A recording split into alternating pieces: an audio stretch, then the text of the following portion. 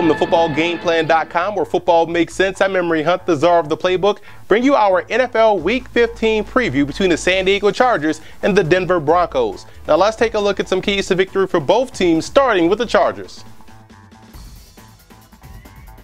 The San Diego Chargers this week versus the Denver Broncos will see a lot of spread sets, and one way they can match up versus the spread is by going with the cover 2 matchup zone. I'm going to show you what I'm talking about. One of the basic route combinations the Broncos love to run, your deep in route right here. They also love to bring the slot guy in on a crosser, and we're going to also bring the slot guy on the weak side, streaking down the field, and we're sending the guy on the outside on a post. So that's the basic route combination that they love to run. Now, how they can match up in a cover 2 zone, keeping 2 safeties deep, but playing exceptional coverage on the back end, underneath, they have to communicate. Now, let's say on this in route, you want your cornerback to get a good bump right there, then ride this route right here. He sees the guys breaking in, now he's going over top. Nickelback is gonna drop until he sees this crosser cross his face, he's dropping, and he's also walling off underneath this deep in route. The linebacker will get his drop, see the crosser crossing his face, and his job is to close on it, while the weak side backer's job is to maintain his position, get a good chuck right here on this receiver as he's streaking down the hash.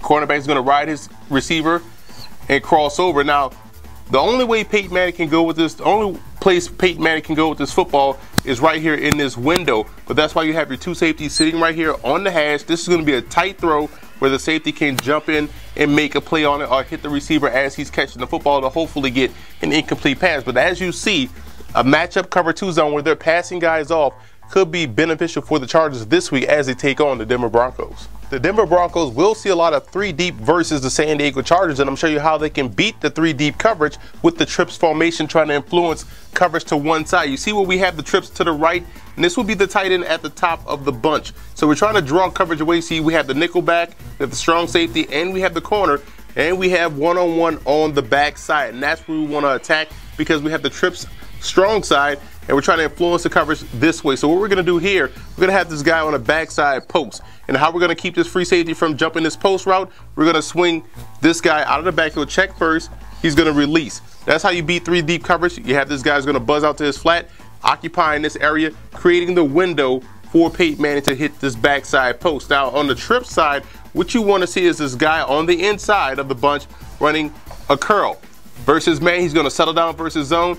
He's going to work over and find the soft spot in the zone so that way he can make a play. Now we're going to have the tight end at the top, stem out, up, and break to the corner. We're going to have now the guy on the outside of the bunch stem up and to the post. So we're sending dual posts at the free safety. He's going to have to make a choice. Do I help out over here or do I help out over here? But since we sent the back out in the flat, creating this big window for Peyton Manning, this is where he wants to go with the football. So this is how we're going to utilize trips to influence coverage, get everybody going this way, and we're going backside. I think that's how they can have some success this week versus the San Diego Chargers, by influencing coverage with the trips formation and going opposite of the trips with the backside post. There could be a big play for this Broncos passing game.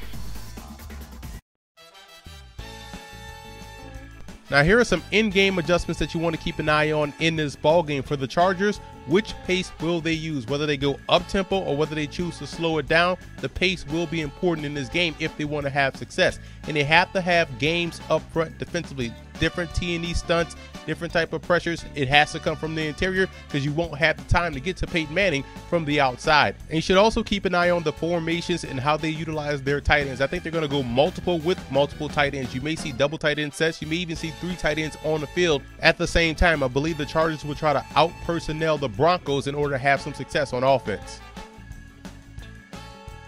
And for the Broncos in this ball game, you want to see how well they test the depth of that Chargers secondary. They're banged up on the back end, so we're going to see how well the Broncos utilize personnel and formations to expand that defense and put those nickel and dime corners in a bind. And they also have to communicate defensively very well in that passing game. We talked about this before, and every time we talk about the Chargers, their bunch formation is deadly. They do a great job running out of the bunch, and you have to really communicate defensively. So it is going to be interesting to see how the Broncos are able to accomplish that, and how they match up versus Antonio Gates will be key.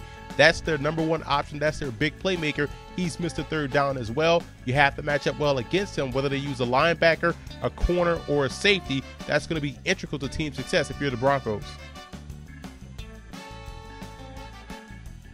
Now here are some coaching points for both teams in this ball game. For the Chargers, DJ Fluker in the running game will be key. I know the Chargers want to run the football. In fact, you have to be balanced if you want to knock off the Denver Broncos, and running right behind DJ Fluker could be a huge success. I think they have to run off tackle, and they're a front side running team, so DJ Fluker will play a huge role in this ball game. And the defensive line will have to stay active versus Peyton Manning. Like I mentioned before, it's tough to get to him from the outside, so that defensive line of San Diego staying active means keeping your hands up at the line of scrimmage, trying to beat your guy one-on-one to get back there. The pressure has to come from within if you want to get to Manning. And the linebackers have to do a better job versus the run. They have to shed blocks and stop the ground game. The Broncos would love to operate well off play action, so you have to make this team one-dimensional where they're just going to drop back and throw the football, and it all starts with those linebackers, one, stopping the run, but they have to be able to shed blocks in order to be successful. And for the Broncos in this ball game, that third down defense will be important. San Diego is one of the best teams on third down to do a great job of moving the chains, and this defense has to be able to get off the field if they want to have success. And I would also keep it inside with the running game. I like the way the Broncos run their inside zone, their gap plays, and I think they can have some success versus this Chargers interior, so I would keep it inside with running the football. And you have to be alert for personnel. The Chargers a lot of times will sneak 3 tight ends in the ball game. They may even sneak Danny Woodhead in the ball game. And as a defense, you have to be able to identify and adjust in order to be in position to make a play. The X factor in this ball game will be safety Eric Weddle. If the Chargers are going to have a lot of success on the defensive side of the ball, Eric Weddle has to have a big game. This is a guy that's an impact in the running game as well as on the back end in pass coverage. A great ball hawk back there for San Diego. He's going to have to bring his A game this week versus Denver. And the X factor for the Broncos will be tight end Julius Thomas. The kryptonite to a 3-4 defense, one, is running the football, but also a tight end that can make plays over the middle of the field. And they have that in Thomas, which is why I think he's going to have to play a huge role in this game for that Broncos offense. I like the Broncos in this ball game. You're going to see more of the running game this week versus San Diego, and that's just going to allow Peyton Manning the luxury of operating off play action. Now, defensively, I think they will find ways to slow down the running game and force San Diego into a one-dimensional matchup. I think that's how they're going to ultimately take control of the game and come away victorious. And I also want to give a huge shout out to Bronco fan forums and Charger fan forums for always showing football game plan support.